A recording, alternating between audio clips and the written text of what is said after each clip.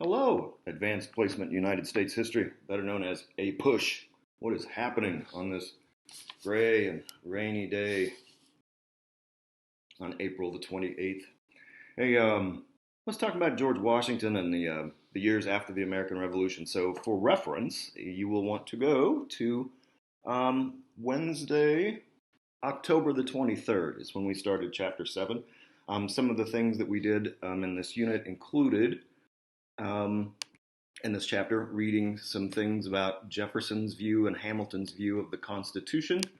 And we did an activity with that called Four Corners, where we had one of the documents and we wrote a thesis statement and a thesis statement, and then which document was persuasive and why. That was all AP skills. That's DBQ skills that you need. We did an AP poster party on Federalists versus Democratic Republicans. On you had a side that you chose the Federalists have the best vision for the United States because, or you had the Democratic Republicans have that, and then we gave you views on the general public, views on how to govern people, who has the power, the federal government of the people, and you had primary sourced quotes, and then the power of the Constitution, should it be strict or liberally interpreted, and that is really when it comes down to it, that's really kind of the core disagreement between people like Washington and Jefferson and Hamilton and Jefferson. So this is a lot of material. This is we only did three sections of the material, but there's a lot in it. So let's go quickly. So you'll want chapter 7.1, 7.2, and 7.3 for your packets. So here's George Washington, good old George Washington. He became president. He was sworn in April 30th, 1789, and so technically you could say that is the beginning of the United States under the constitutional system. He's allowed to have a cabinet, and so he selects Thomas Jefferson as Secretary of State, Alexander Hamilton for Treasury, and Henry Knox for Secretary of War. They passed the Judiciary Act of 1789, which created the court system.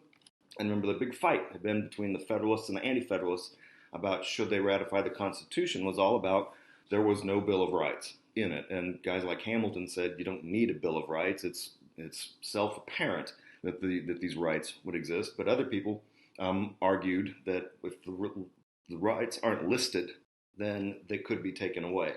So the Bill of Rights is then drawn up and ratified in 1791, 10 amendments, written mostly by Madison. Okay, so Hamilton has the financial plan where he wants to pay off the American debt. He wants high tariffs to fund the government and to create a national bank. And that becomes the big fight between the Anti-Federalists and the Federalists about the bank. Guys like Jefferson argue that it's only going to help the rich and it's going to hurt small farmers. There's the famous rap battle from Hamilton, which we watched in class, which unfortunately is no longer online. But ultimately, George Washington agrees with Hamilton, and so they charter a Bank of the United States under the Necessary and Proper Clause, Article 1, Section 8, Clause 18. You might remember, by the way, that I gave you for homework to fill out a Constitution, and then we went through it. You have that. You have that handy document. I'll bet you can write about some constitutional stuff on this test. Okay, let's not talk about George Washington's foreign affairs.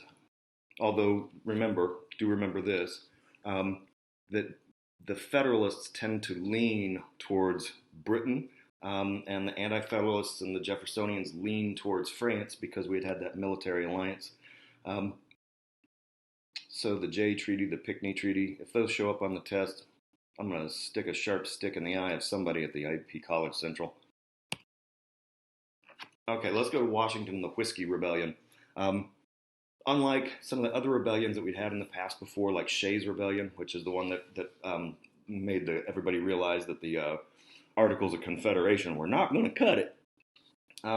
When Hamilton raised taxes on whiskey, there's all these Western farmers out in Pennsylvania that rose up in rebellion against the tax collectors, as they had been doing before, been doing to the British before the Revolution, et cetera, et cetera. And this time, with the new Constitution, what George Washington does is he federalizes 15,000 militia, puts Hamilton at the head of it, and marches that army into Pennsylvania, and the rebellion collapses without a shot fired. Some folks really thought what George Washington did, took bull by the horns. Move that cow around. Others don't like what he's done because some people like Thomas Jefferson say, hey, whoa, whoa, this federal government is possibly going to tread on people's rights. And so when Washington leaves office, he takes a second term. He refuses a third term, which he would have won hands down. But in his famous farewell address, he urges America not to get involved in European affairs, not to make permanent alliances, to form no political parties, not to fall victim to sectionalism, which is where you think your part of the country is superior to other parts. And the long-term effect is that no president until Franklin Roosevelt's going to seek a third term. That's kind of untrue. Ulysses S. Grant had wanted a third term. He didn't get nominated for it. Grant had wanted a third term because he was going to need a job. He wanted it for the jobby job. So obviously all of these things kind of fall apart.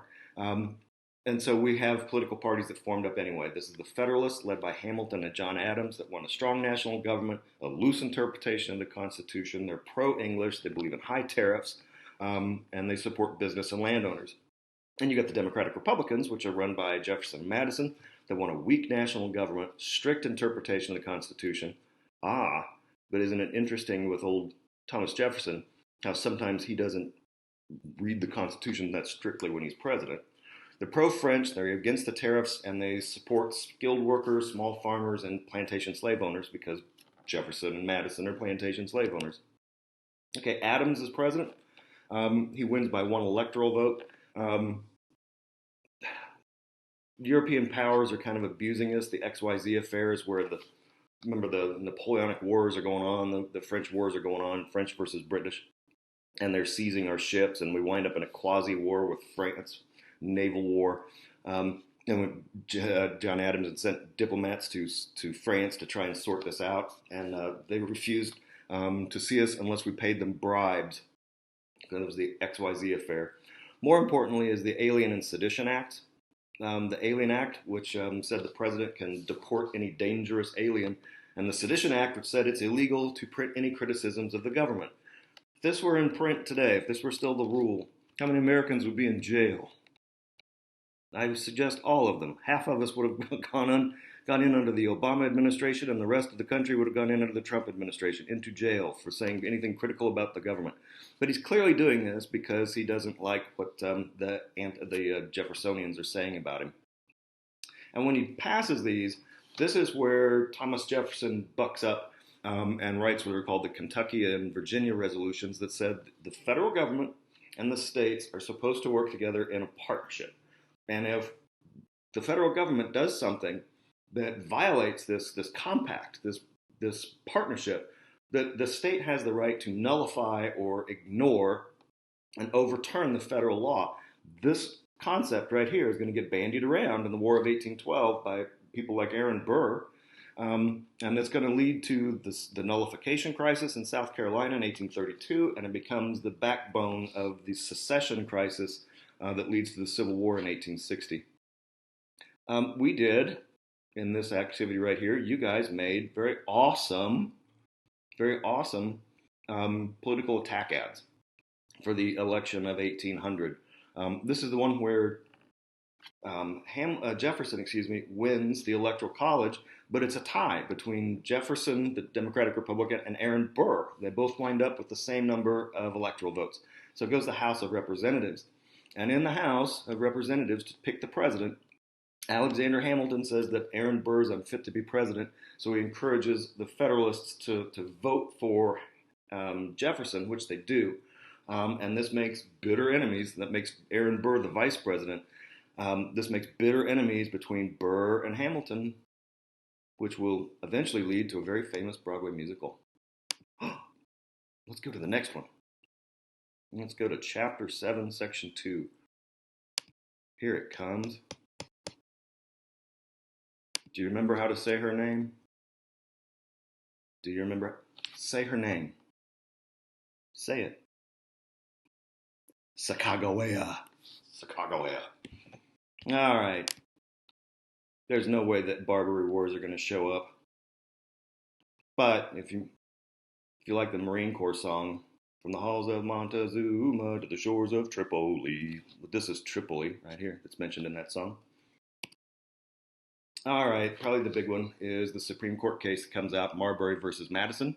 Um, right before John Adams leaves office, they had passed a law called the Judiciary Act, which created, of 1801, which created a bunch of new judges. And Madison um, refused to deliver them. The bottom line on it is that John Adams had got all these guys their jobs, except for one poor dude, this guy, William Marbury. He didn't get his letter.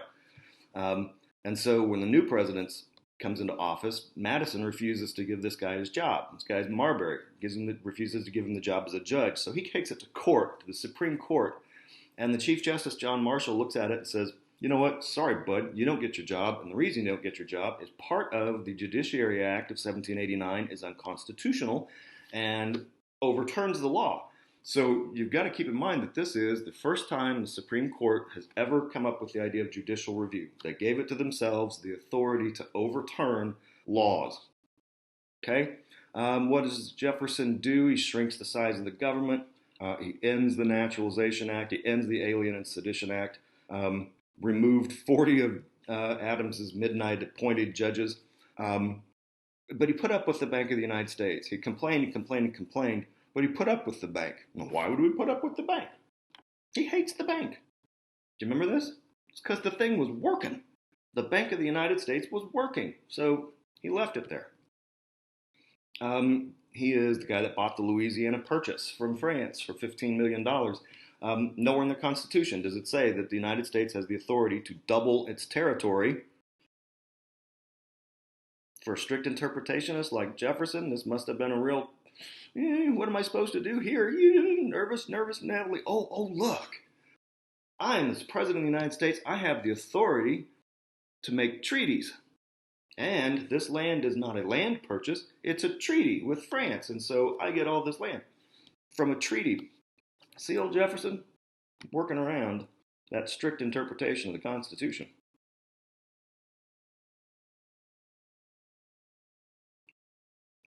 Alexander Hamilton, Aaron Burr fought a duel. Burr won. Do you remember that crazy story then after that? How he tried to go out and make himself king of New Spain, which is Mexico, and then maybe break off the Louisiana Purchase and make himself the king of that. They had him arrested. He actually hadn't committed a crime because he was just talking about it. He hadn't done anything. Poor old Aaron Burr. Then we have Lewis and Clark. Remember Lewis and Clark? They traveled. They went through here. They passed through what is now St. Joe. Of course, it was long before St. Joe was St. Joe. They were through in 1804, 1805. It's the first real attempt to map the size of this continent. And that is the end of chapter 7, section 2. Bye. That's the wrong one. We already did that one. Oh, there we go. All right, the War of 1812 and the Era of Good Feelings. Anybody remember the Oh Grab Me cartoon, the Embargo Act? Oh, dang it, how he nicks them. Oh, this cursed oh grab me, which is embargo spelled backward. You've had the Napoleonic Wars going on between England and France. British ships were stopping American ships and impressing or forcing sailors that had maybe skipped out of the British Navy, which was really cruel, and had joined the American Navy, and so they were being impressed. So British ships would stop American ships, search them, and then yank sailors off. And Americans didn't like that. Excuse me, I'm thirsty. I'm having a drink. This is an old Carlos O'Kelly's Kids Cup. Remember Carlos O'Kelly's? Little Mexican restaurant. I used to call it Carlos O'Smelly's, but it wasn't bad. It wasn't too bad. Anyways, back to this. Jefferson wants to punish the British, and so he's going to go sit in his bedroom and close the door. The Embargo Act of 1807 says we're not going to send anything. No ships can leave port until England and France stop restricting our trade. And he promptly throws the country into a recession. Look at this. The exports went from $108 million in 1806 money to less than $22 million in 1808. Federalists want this repealed. After his second term is up, James Madison is elected president. He changes the Embargo Act, but it's still the economy's in bad shape. As things go on, you've got these new guys called the Western War Hawks, John C. Calhoun of South Carolina, Henry Clay of Kentucky. they're actually looking at this trouble between us and England as an opportunity to go to war. And they've got their eyeball on some land. John C. Calhoun is looking at Florida, which we could wrench away from Spain, possibly, if there was a war. And some of the others are looking at places possibly like Canada.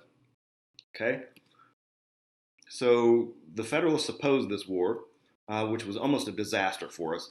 And you can tell by this map, we did make a couple of attempts to invade and conquer Canada. We were defeated every time by the British. What did this war get us? It got us the disgraceful behavior of the American army at the Battle of Bladensburg, where they were actually led in person by President Madison, just crushed, and the British walked in and burned the U.S. Capitol building, burned the United States White House.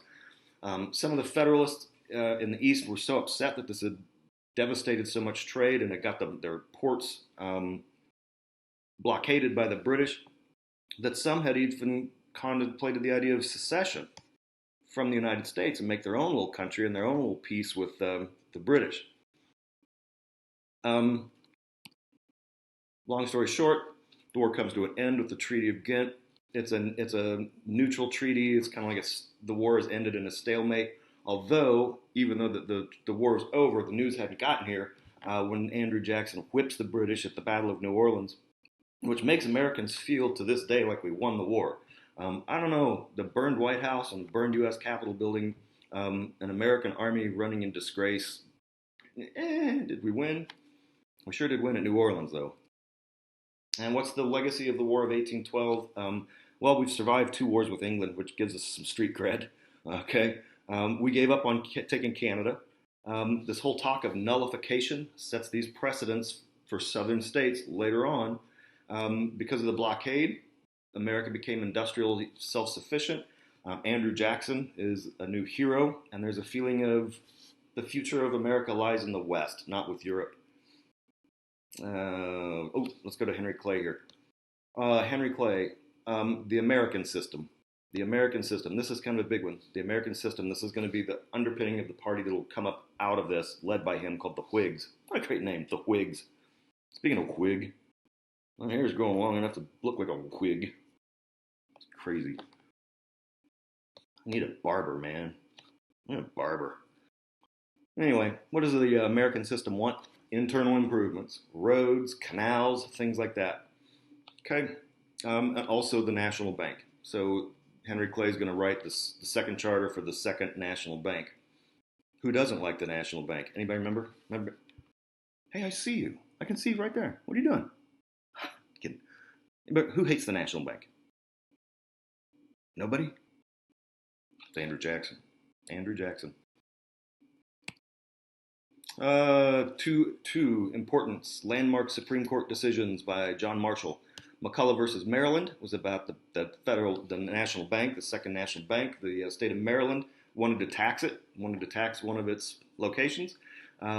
No, says the Supreme Court. Maryland is a state, and the federal bank, the Second National Bank, was created by a federal law. Therefore, because of the Supremacy Clause, federal power is greater than state power. The next one was Gibbons versus Ogden. It's about trade between the states, between New York and particularly in New Jersey.